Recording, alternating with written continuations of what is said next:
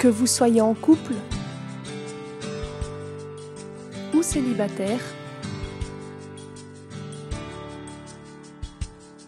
apprenez l'amour intelligent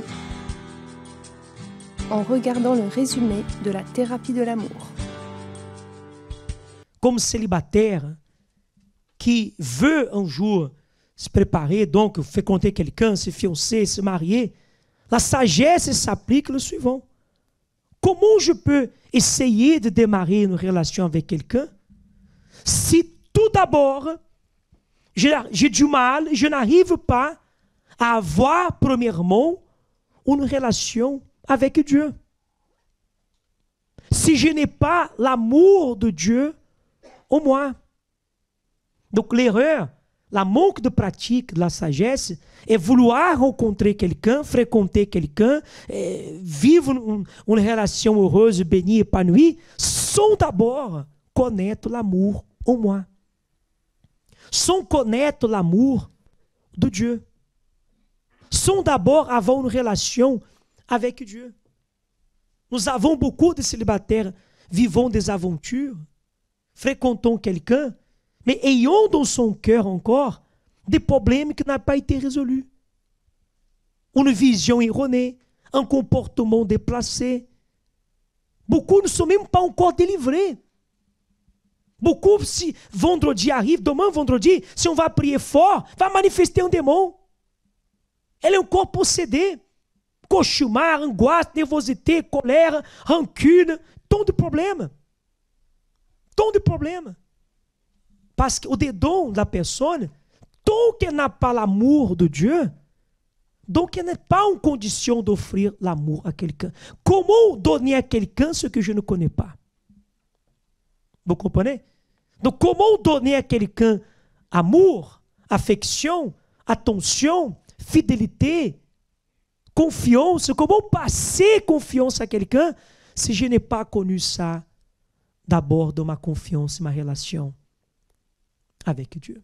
Donc là se trouve l'erreur de beaucoup de célibataires. Oui, et les personnes associent beaucoup cet amour qu'on parle, cet amour-là, à les choses physiques. Elles associent l'amour à l'attention que quelqu'un lui porte, un bisou, le sexe, câlin, tout ça.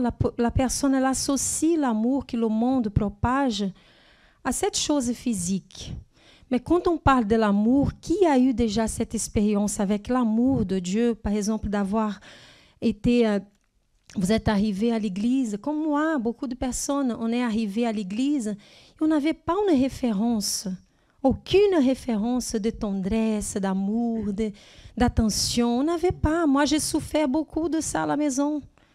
Comme je vous ai déjà dit, à la maison, je voyais ça de loin. Je voyais ma mère qui était très attentionnée à mon frère. J'ai désiré ça, mais c'était de loin. Je n'avais aucune référence. La première référence que j'ai eue de l'amour, c'était de Dieu. De Dieu. C'est Dieu qui m'a aimé. Dieu qui m'a enlevé de le péché où j'étais, de la vie que j'ai menée, de la tristesse que je gardais à mon cœur, de la haine contre ma mère qui était là. Donc, cette expérience que j'ai eue avec Dieu, de l'amour, que c'était le véritable, c'est la seule référence d'un véritable amour, c'est cette référence avec Dieu. C'est celle-là qui m'a permis d'avoir cet amour et après savoir le donner. Parce que si on n'a pas cette référence, la vraie, avec Dieu, cet amour véritable qui est de Dieu, on va toujours associer cet amour à l'attention physique. C'est pour ça que des gens sont fous aujourd'hui à la recherche de quelqu'un. Ils ne sont pas encore délivrés, ils ne sont pas encore guéris, ils ne sont pas encore soignés de leurs blessures. Donc, ils cherchent à tout prix à avoir quelqu'un pour passer la main sur la blessure. Et elle va souffrir toujours, parce que malgré on ayant une relation, malgré on ayant quelqu'un, on souffre toujours.